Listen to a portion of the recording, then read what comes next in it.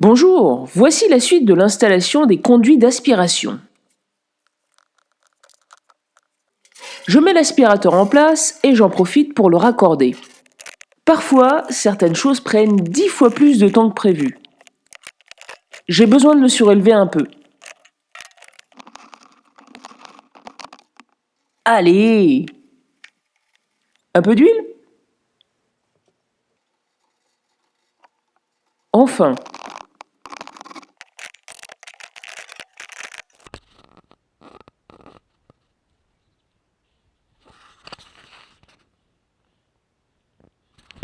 Cette fois-ci, je vous montre comment faire une vanne à guillotine sans se tromper dans les étapes. Sinon, comme on l'a vu, faut revenir en arrière et trouver des parades pour aller jusqu'au bout. Je coupe une longueur de contreplaqué à 16 cm. De là, je découpe 2 carrés de 16 et un rectangle de 28 pour la glissière. Et enfin, 2 petits morceaux de 2 fois l'épaisseur du contreplaqué qui serviront de poignée pour la glissière. En fonction de l'emboîtement, je centre des morceaux de tube ou des demi-manchons pour tracer le repère de coupe. Une fois découpé à la scie sauteuse, j'emboîte la poignée de la glissière pour positionner le morceau de 16 par 16.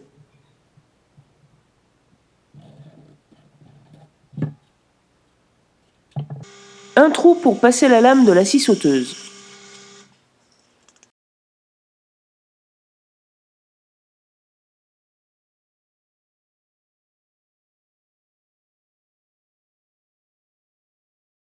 Une fois la colle sèche, j'utilise une mèche à araser pour aligner le contreplaqué au tube. Là, je redécoupe les glissières d'1 millimètre. Je mets la poignée pour positionner le carré de 16 par 16, puis j'arase en déplaçant le serre-joint. Pour le collage, je mets une feuille cartonnée pour qu'il y ait un léger espace. Je colle et visse les côtés.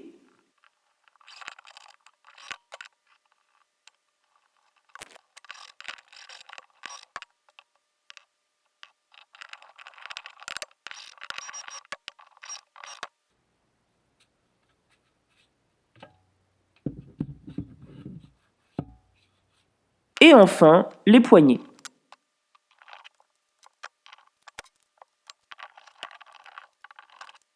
Il me faut 2 nouveaux supports pour maintenir les tuyaux.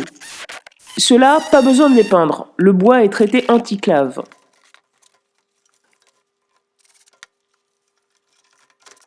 Les vis sont beaucoup plus accessibles, le tuyau est plus haut.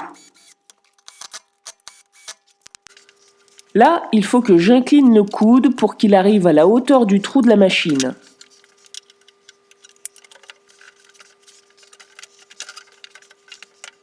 Ici, j'hésite un peu pour le branchement.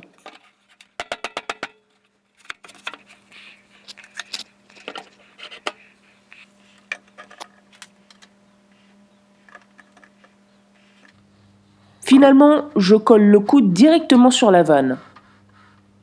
De l'autre côté, il y a un demi-manchon, un morceau de tuyau et enfin le T.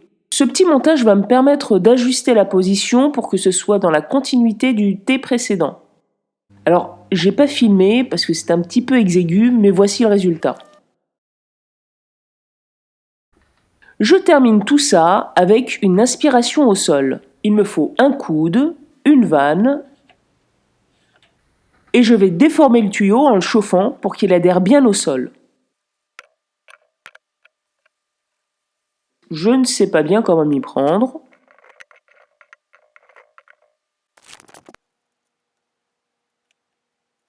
C'est trop court et je voudrais que l'ouverture soit plus large.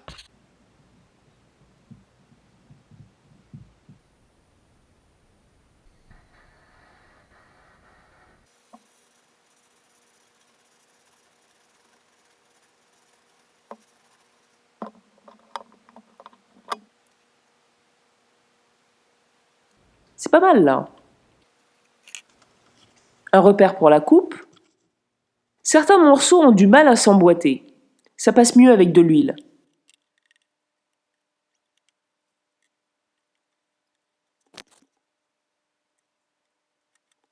Je le fixe au sol avec 2 petites vis.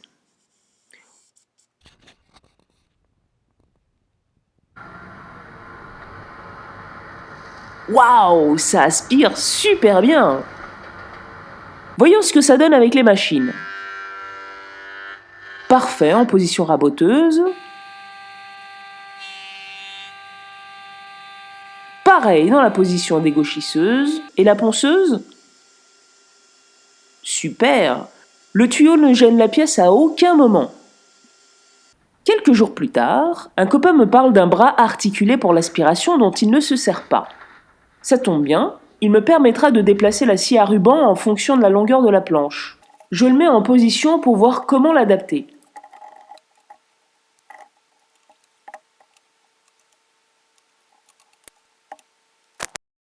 En plus, il a un clapet intégré. Pas besoin de la vanne. Alors, comme la scie est super lourde, pour la déplacer, il faut que je lui mette des roulettes. Et la tâche n'est pas simple, d'autant que l'un des pieds est plus court que les autres. Il avait une cale ajustable. Les pieds sont en tôle, alors je dois les renforcer pour y fixer les roues. Elle pèse 90 kilos. Pas facile avec les roues maintenant.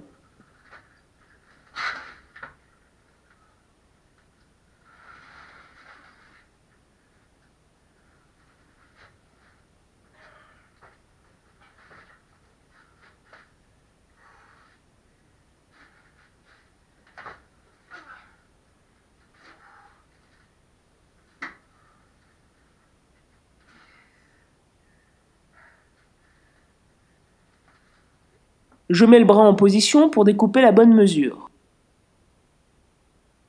Le tube est en aluminium, je le coupe à la scie à métaux.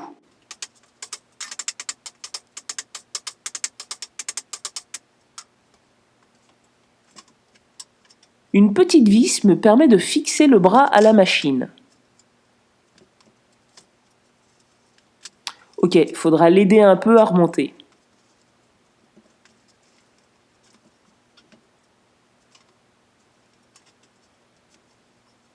La vanne est beaucoup plus accessible qu'avant. Là, elle est fermée, ouverte, ok.